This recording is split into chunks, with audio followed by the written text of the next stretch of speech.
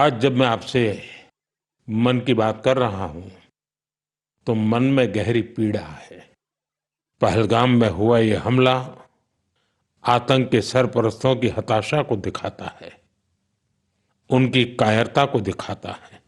पूरा विश्व आतंकवाद के खिलाफ हमारी लड़ाई में 140 करोड़ भारतीयों के साथ खड़ा है।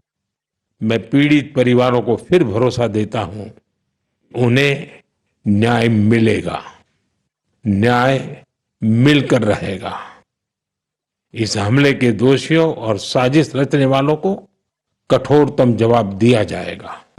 অর্থাৎ প্রধানমন্ত্রীর বক্তব্যেই সেটা স্পষ্ট হয়ে গিয়েছিল যে কঠোর জবাব দিতে প্রস্তুত রয়েছে ভারত। আর আজকে প্রধানমন্ত্রী নরেন্দ্র মোদী সেনাবাহিনীকে পূর্ণ স্বাধীনতা দিয়ে দিলেন, একেবারে টার্গেট ঠিক করবে সেনাবাহিনী, সেই বার্তাই দিলেন। কথা বলবো, আমাদের সঙ্গে রয়েছে নিউজ রুম থেকে আমাদের প্রতিনিধি অতনু হালদার। অতনু, তাহলে এইবার সেনাবাহিনীর জবাবের শুধু সময়ের অপেক্ষা, যে কোনো মুহূর্তে প্রত্যাঘাত দিতে পারে, কারণ টার্গেট ঠিক করে দিয়েছেন নরেন্দ্র মোদী। একদম পাপিয়া, তাই তার কারণ ভারতীয় সেনাবাহিনীকে পূর্ণ স্বাধীনতা দেওয়া হয়েছে। টার্গেট ঠিক করার ব্যাপারে কোথায় আঘাত আনা হবে, কখন আঘাত আনা হবে, কিভাবে আঘাত আনা হবে, সমস্ত কিছু ভারতীয় সেনাবাহিনী ঠিক করবে। এবং ভারতীয় সেনাবাহিনীর প্রতি এই ব্যাপারে দেশের প্রধানমন্ত্রী নরেন্দ্র মোদী পূর্ণ আস্থা রেখেছেন এবং তিনি এই বার্তাও দিয়ে দিয়েছেন যে টেরোরিজমকে শেষ করতে কড়া বার্তা দিতে হবে।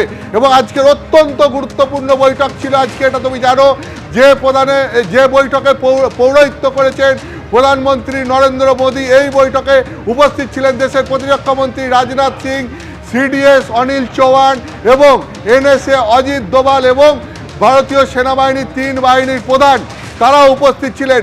আমি তোমাকে বলছি এই বৈঠক আজকে হলো ঠিক এক সপ্তাহ পর পেহেলগাঁওয়ে হামলার ঘটনা ঘটেছিল গত মঙ্গলবার, আজকে আবার মঙ্গলবার।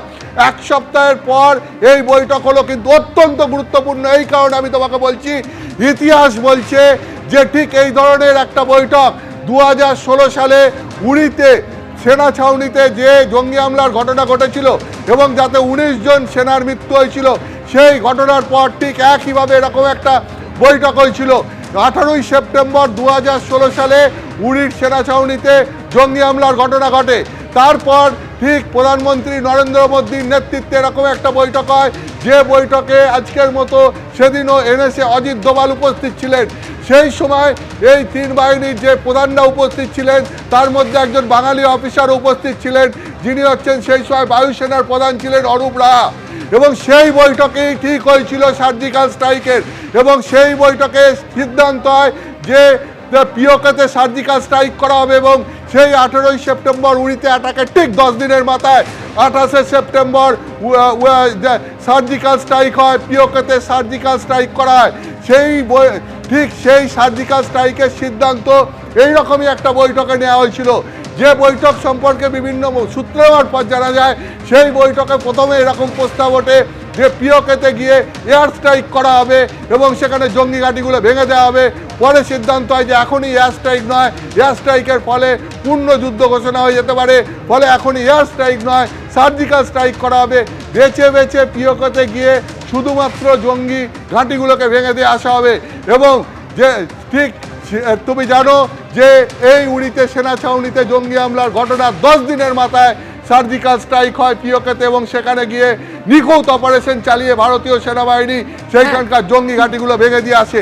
আমি এই কারণে বলছি যে 2016 সেই অভিজ্ঞতা থেকে বলছি যে সেই দিনও এইরকমই একটা বৈঠকের মাধ্যমে সেই কঠিন সিদ্ধান্ত নেওয়া হয়েছিল। সেই বৈঠকে, সেই উচ্চ পর্যায়ে জরুরি বৈঠকে সিদ্ধান্ত নিলেন প্রধানমন্ত্রী নরেন্দ্র মোদী, সেনাবাহিনীকে দেওয়া হলো পূর্ণ স্বাধীনতা।